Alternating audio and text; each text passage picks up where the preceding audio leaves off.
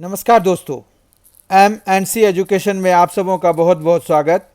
आज का ये वीडियो सेशन उन एस्पेरेंट्स के लिए है जो विभिन्न प्रतियोगिता परीक्षा की तैयारी कर रहे हैं, सरकारी जॉब की तैयारी कर रहे हैं, जिसमें कि सामान्य ज्ञान उनके सिलेबस में है, जैसे कि UPSC, state PCS, SSC CGL, state SSC, Railways, banking या अन्य कोई भी एग्ज़ाम जिसमें कि सामान्य ज्ञान और समसामयिक घटनाक्रम पर प्रश्न पूछे जाते हैं। आज का ये सेशन उन सभी बच्चों के लिए, उन सभी एस्पेरेंट्स के लिए बहुत ही उपयोगी होने जा रहा है। आज के सेशन की शुरुआत करते हैं। आज का क्वेश्चन नंबर 1 है, फ्रेंच ओपन 2021 पुरुष एकल खिताब विजेता निम्नलिखित में से कौन हैं? Novak Djokovic, Rafael Nadal, Roger Federer, Dominic Thiem. और इसका करेक्ट आंसर है नोवाक जोकोविक, जो कि ऑप्शन 1 है। नोवाक जोकोविक ने सिट्सिपास को हराया था। तो फ्रेंच ओपन 2021 का पुरुष एकल खिताब विजेता जो है नोवाक जोकोविक हैं। क्वेश्चन नंबर 2 देखते हैं। भारतीय राष्ट्रीय कांग्रेस के सूरत अधिवेशन 1907 का अध्यक्ष कौन था? रास बिहारी बोस, बाल गंगाधर तिलक, एनी बेसेंट, गोपाल कृष्ण गोखले। आपको आंसर देना है 1907 के सूरत अधिवेशन का। सूरत अधिवेशन हम सभी को पता है कि सूरत अधिवेशन को सूरत फूट के नाम से जाना जाता है, जहां पर कि जो एक्सट्रीमिस्ट थे और जो मॉडरेट थे उनके बीच में विभाजन हो गया था। तो सूरत फूट में जो है उसकी अध्यक्षता किसने की थी, ये हमें बताना है। रास बिहारी बोस, बाल गंगाधर तिलक, एनी बेसेंट, गोपाल कृष्ण गोखले। और इसका करेक्ट आंसर है ए, रास बिहारी बोस।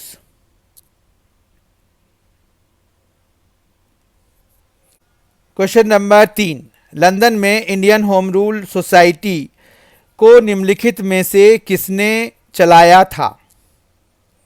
एनी बेसेंट, बाल गंगाधर तिलक, श्यामजी कृष्ण वर्मा, मोहनदास गांधी।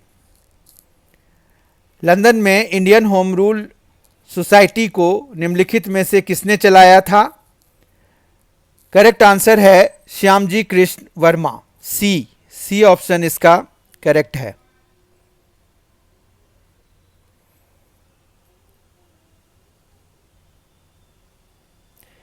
क्वेश्चन नंबर 4, महात्मा गांधी के चंपारण सत्याग्रह का किसने विरोध किया था? राजकुमार शुक्ला, एन.जी. रंगा, रविन्द्रनाथ टैगोर, राजेंद्र प्रसाद। और इसका करेक्ट आंसर है एन.जी. रंगा। एन.जी. रंगा ने महात्मा गांधी के चंपारण सत्याग्रह का विरोध किया था और इसको सफल बनाने में राजकुमार शुक्ला नामक जो स्वतंत्रता सेनानी थे उनका बहुत ही बड़ा योगदान था।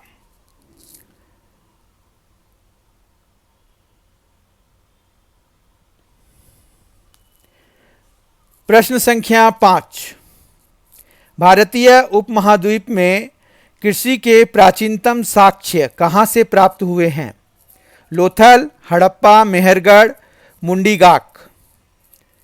और इसका करेक्ट आंसर है मेहरगढ़। मेहरगढ़ में भारतीय उपमहाद्वीप में कृषि के प्राचीनतम साक्ष्य प्राप्त हुए हैं।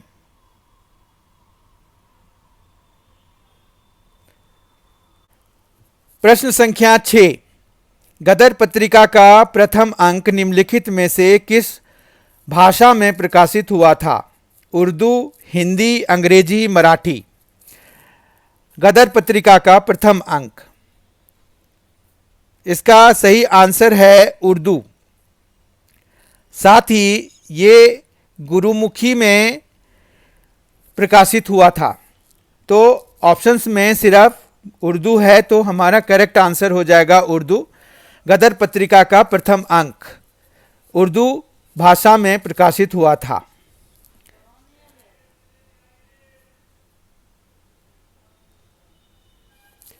प्रश्न संख्या 7, निम्नलिखित में से कौन सा युग्म सुमेलित नहीं है? अकबर का मकबरा सिकंदरा, जहांगीर का मकबरा शाहदरा, शेख सलीम चिश्ती का मकबरा फतेहपुर सिकरी, शेख निजामुद्दीन औलिया का मकबरा अजमेर। शेख सलीम चिश्ती का मकबरा फतेहपुर सिकरी में नहीं, दिल्ली में है। तो इस तरह से ये जो सी है वो सुमेलित नहीं है, तो हमारा आंसर हो जाएगा सी, शेख सलीम चिश्ती का मकबरा, जो कि फतेहपुर सिकरी में नहीं है, वो कहाँ है? दिल्ली में है। ठीक है। प्रश्न संख्या 8, निम्नलिखित में से किसने गिरनार क्षेत्र में जल संसाधन व्यवस्था के लिए सर्वप्रथम पहल की? चंद्रगुप्त मौर्य, अशोक, रुद्रदमन, स्कंदगुप्त। सही आंसर है इसका चंद्रगुप्त मौर्य। गिरनार क्षेत्र में सर्वप्रथम जल संसाधन व्यवस्था के लिए प्रयास किया था, पहल किया था।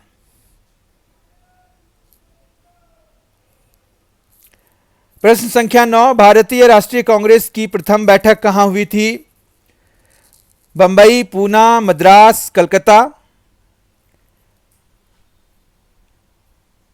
सही उत्तर है बंबई,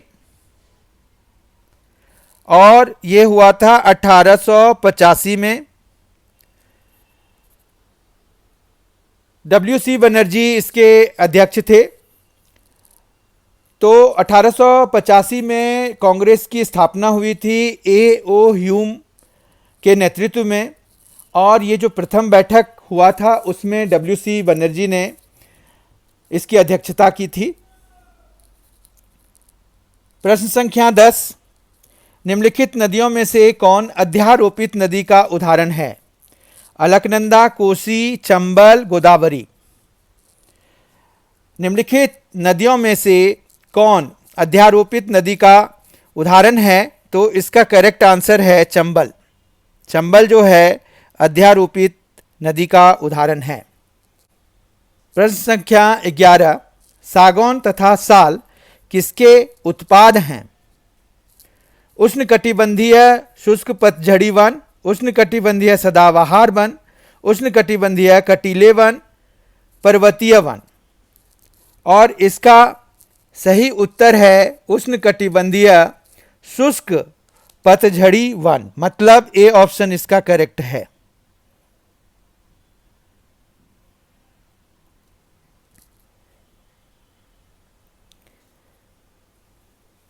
प्रश्न संख्या 12, निम्नलिखित में से कौन सोन नदी का वास्तविक स्रोत है? शहडोल जिले में अमरकंटक, शहडोल जिले में सोनमुंडा, बिलासपुर जिले में बच्छरवार, मिडला, पठार। सोन नदी का वास्तविक स्रोत, सोन नदी का वास्तविक स्रोत है शहडोल जिले में अमरकंटक। प्रश्न संख्या 13, भारत में रबर उद्योग स्थित है? पंजिम में, बंगलौर में, पुदुचेरी में, औरंगाबाद में। भारत में रबर उद्योग स्थित है। सही उत्तर है इसका पंजिम में।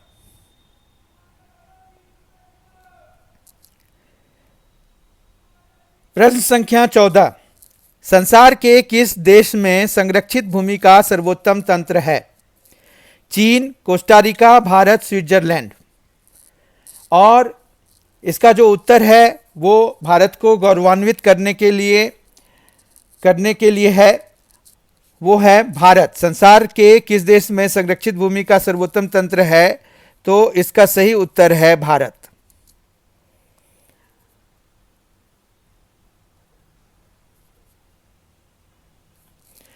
प्रश्न संख्या 15, निम्नलिखित देशों में से किन्हें स्वर्णिम अर्धचंद्र में सम्मिलित किया जाता है? स्वर्णिम अर्धचंद्र में किसे सम्मिलित किया जाता है, किन सारे देश को सम्मिलित किया जाता है? ऑप्शंस हैं अफगानिस्तान, ईरान, इराक, पाकिस्तान।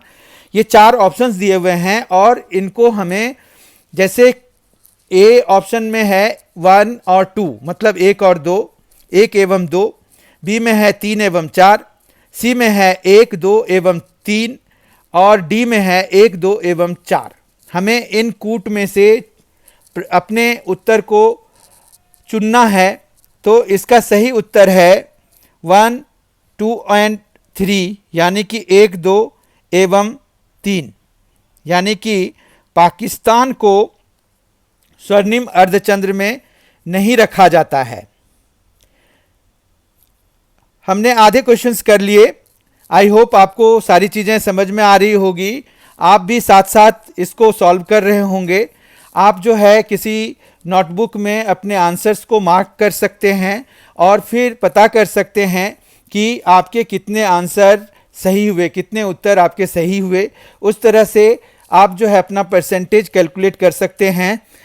आइए अब प्रश्न संख्या 16 देखते हैं। भूमध्य रेखा गुजरती है। अब भूमध्य रेखा कहाँ से गुजरती है? तो पूरे ग्लोब पे अगर आप देखें तो ये बहुत सारे देशों से गुजरती है। तो हमें ऑप्शंस जो दिए होते हैं उनमें से चूज करना होता है, उनमें से हमें सेलेक्ट करना होता है। मध्य अफ्रीकी गणराज्य से होकर, कीनिया से होकर, दक्षिण अफ्रीका से होकर, वेनेजुएला से होकर। और इसका सही उत्तर है कीनिया से होकर, बी।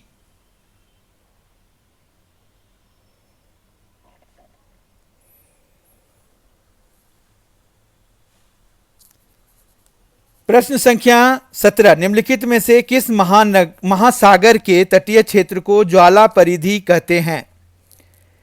निम्नलिखित में से किस महासागर के तटीय क्षेत्र को ज्वाला परिधि कहते हैं? अंध महासागर, प्रशांत महासागर, हिंद महासागर, उपरोक्त में से कोई नहीं।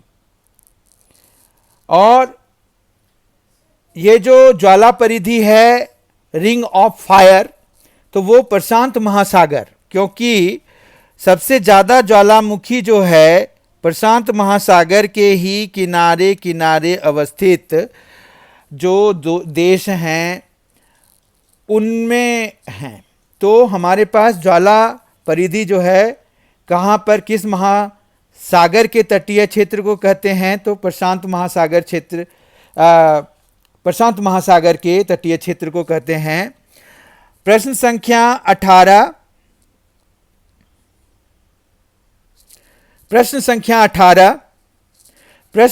18 है, भारत की जनगणना द्वारा निम्नलिखित में से किस वर्ग के नगर लघु नगरों की श्रेणी में सम्मिलित किए जाते हैं? भारत की जनगणना द्वारा निम्नलिखित में से किस वर्ग के नगर लघु नगरों की श्रेणी में सम्मिलित किए जाते हैं? वर्ग 6, वर्ग 5 और 6, वर्ग 4, 5 और 6, वर्ग 3, 4, 5 और 6। देखिए, इसको समझना पड़ेगा। इसमें जो करेक्ट आंसर है वो आप पहले बता दीजिए। यहाँ पर है कि हमें किस नगर को लघु नगरों की श्रेणी में सम्मिलित किया जाता है, तो इसका करेक्ट उत्तर है सी, 4, 5 और 6। अब अगर हम देखें तो 4, 5 और 6 में कौन कौन से आते हैं? तो सबसे पहले देखिए, जो ये 6 श्रेणी के नगर हैं उसमें 5,000 से कम लोग रहते हैं। और जो 5वीं श्रेणी के शहर हैं उसमें जो है 5वीं श्रेणी के शहर में 5,000 से 9,999 लोग रहते हैं। और चौथी श्रेणी के जो चौथी वर्ग के जो नगर हैं उसमें 10,000 से 19,999 लोग रहते हैं। यानी कि जिस नगर का या जिस शहर का जो शहर की जनसंख्या जो है वो 20,000 से कम है, उनको भारत की जनगणना द्वारा लघु नगरों की श्रेणी में सम्मिलित किया जाता है। ठीक है।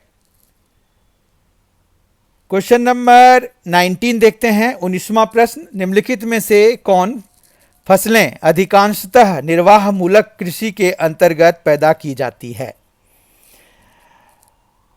मोटे अनाज तथा चावल, कपास तथा तंबाकू, चाय तथा कहवा, सब्जियां तथा फल। इसका सही उत्तर होगा मोटे अनाज एवं चावल। मोटे अनाज तथा चावल को जो है निर्वाह मूलक कृषि के अंतर्गत पैदा किया जाता है। मतलब ये जो है जो उगाते हैं वही उसको कंज्यूम भी कर लेते हैं, या फिर मतलब बहुत ही लिमिटेड इसका पहुंच है। ठीक है, इसीलिए इसको निर्वाह मूलक कृषि के अंतर्गत पैदा किया जाता है, मोटे अनाज और चावल को। प्रश्न संख्या 20, किस भारतीय बैंक ने सर्वप्रथम चीन में अपनी शाखा खोली है? IDBI bank, HDFC bank, state bank of India, Punjab national bank. इसका सही उत्तर है, आप भी साथ साथ बताएं, इसका सही उत्तर है state bank of India. State bank of India ने सर्वप्रथम चाइना में मतलब चीन में अपनी शाखा खोली है, स्टेट बैंक ऑफ इंडिया ने। ठीक है। प्रश्न संख्या 21, मिश्रित अर्थव्यवस्था का आशय है लघु एवं बृहद उद्योगों का सहअस्तित्व, सार्वजनिक एवं निजी क्षेत्रों का सहअस्तित्व, धनी एवं निर्धन का सहअस्तित्व, अर्थव्यवस्था में कृषि एवं उद्योग दोनों का संवर्धन। और इसका सही उत्तर है सार्वजनिक एवं निजी क्षेत्रों का सहअस्तित्व। इसका सही उत्तर है सार्वजनिक एवं निजी क्षेत्रों का सहअस्तित्व।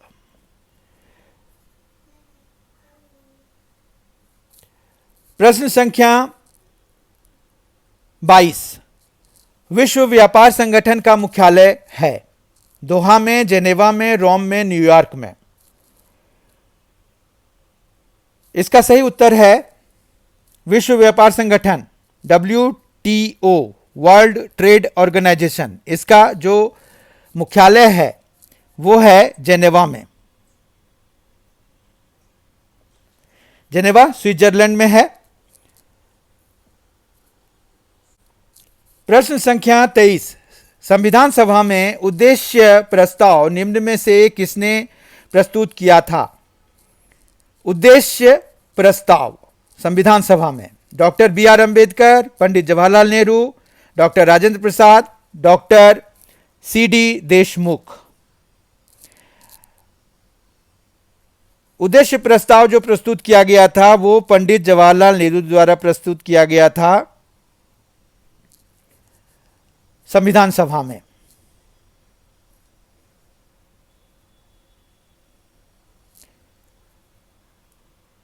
प्रश्न संख्या 24, राष्ट्रीय मानव अधिकार आयोग अधिनियम 1993 के अनुसार निम्नलिखित में से कौन एक इस आयोग का अध्यक्ष बन सकता है? उच्चतम न्यायालय का कोई सेवारत न्यायाधीश, उच्च न्यायालय का कोई सेवारत न्यायाधीश, केवल भारत का कोई सेवानिवृत्त मुख्य न्यायाधीश, केवल उच्च न्यायालय का कोई सेवानिवृत्त मुख्य न्यायाधीश। राष्ट्रीय मानव अधिकार आयोग अधिनियम 1993 के अनुसार सही उत्तर है इसका केवल भारत का कोई सेवानिवृत्त मुख्य न्यायाधीश। मतलब जो सुप्रीम कोर्ट के चीफ जस्टिस और वो भी सेवानिवृत्त हों, रिटायर्ड हों, वही मानवाधिकार आयोग के अध्यक्ष बन सकते हैं। भारतीय राष्ट्रीय मानवाधिकार आयोग के अध्यक्ष बनाए जा सकते हैं।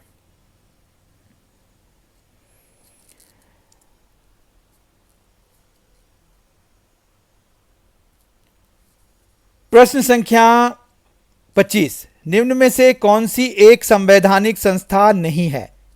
मानवाधिकार आयोग, राज्य का वित्त आयोग, लोकसभा सचिवालय, केंद्र का वित्त आयोग। प्रश्न संख्या 25, निम्न में से कौन सी एक संवैधानिक संस्था नहीं है? मानवाधिकार आयोग, राज्य का वित्त आयोग, लोकसभा सचिवालय, केंद्र का वित्त आयोग। और इसका सही उत्तर है मानवाधिकार आयोग। मानवाधिकार आयोग संवैधानिक संस्था नहीं है। इसको संसद के द्वारा बनाया गया है, संसद के द्वारा पारित कानून के आधार पर बनाया गया है।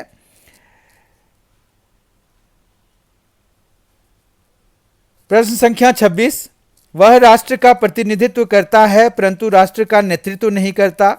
यह उक्ति निम्न में से किस पर लागू होती है? लोकसभा का अध्यक्ष, राष्ट्रपति, प्रधानमंत्री, भारत का मुख्य न्यायाधीश। इसका सही उत्तर होगा राष्ट्रपति। राष्ट्रपति जो है प्रतिनिधित्व तो करते हैं पर नेतृत्व नहीं करते, मतलब वो डिसीजन जो है वो पार्लियामेंट का होता है, उस पर सिर्फ उनको हस्ताक्षर करने होते हैं।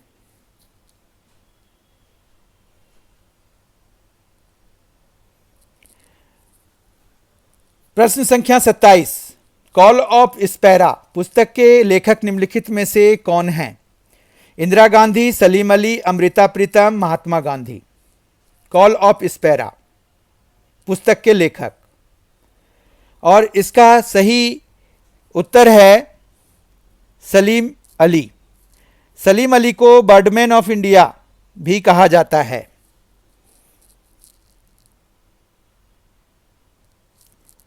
प्रश्न संख्या 28, अब जो है टोक्यो ओलंपिक से संबंधित 3 प्रश्न यहां पर लिए गए हैं। अगले तीनों क्वेश्चंस जो है टोक्यो ओलंपिक से संबंधित हैं। ये आपके समसामयिक घटनाक्रम के क्वेश्चंस बनाएंगे आपके जो एग्जाम होंगे उसमें। टोक्यो ओलंपिक 2020 में भारत ने कुल कितने पदक जीते हैं? तो टोक्यो ओलंपिक में भारत ने कुल कितने पदक जीते हैं? 4, 6, 7 और 8 में से आपको सेलेक्ट करना है। तो हम जानते हैं कि कुल 7 पदक भारत ने जीते हैं। 1 गोल्ड जीता है, 2 रजत, 1 स्वर्ण जीता, 2 रजत पदक जीता, जबकि 4 जो है कांस्य पदक जीता है।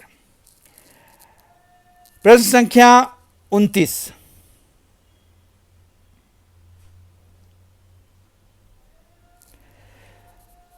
प्रश्न संख्या 29 है, टोक्यो ओलंपिक 2020 में भारत ने कुल कितने स्वर्ण पदक जीते हैं? 0, 1, 2, 4। अभी हमने ऊपर डिस्कस किया था। तो 1 स्वर्ण पदक जीता है,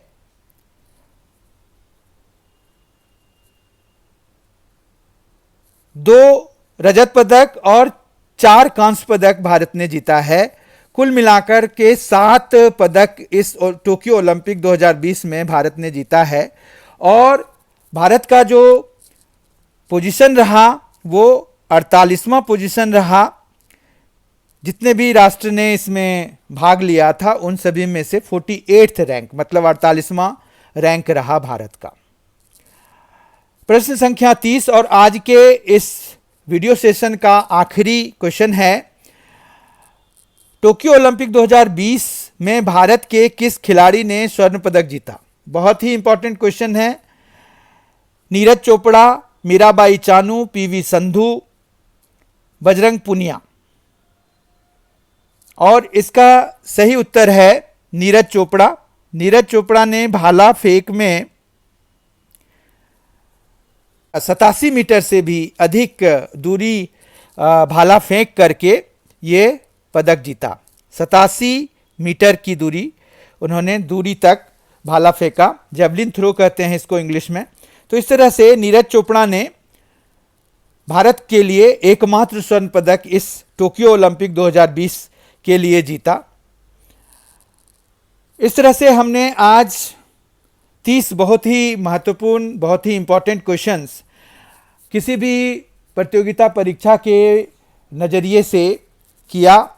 ये सारे प्रश्न बहुत ही इम्पॉर्टेंट हैं और आपको किसी भी परीक्षा की तैयारी के लिए हेल्पफुल हैं। साथ ही ये आपको आपकी तैयारी का जायज़ा लेने के लिए भी बहुत ही उपयोगी हैं। जिन लोगों ने सब्सक्राइब नहीं किया है MNC एजुकेशन चैनल को ज़रूर करें और बेल आइकन प्रेस करें ताकि आपको आने वाले वीडियोस की जानकारी मिलती रहे। साथ ही इस वीडियो को आपने अगर पसंद किया है तो लाइक करें और कमेंट बॉक्स में इसमें और भी क्या चीज़ें आप चाहते हैं वो भी बताएं। Thank you so much. धन्यवाद, बहुत बहुत आप सबों का बहुत बहुत धन्यवाद। हमारी मुलाकात फिर बहुत ही जल्द अगले सेट के साथ, 28th सेट जो होगा सामान्य अध्ययन का और समसामयिक घटनाक्रम का, उसके साथ हम फिर उपस्थित होंगे। तब तक के लिए बहुत बहुत धन्यवाद।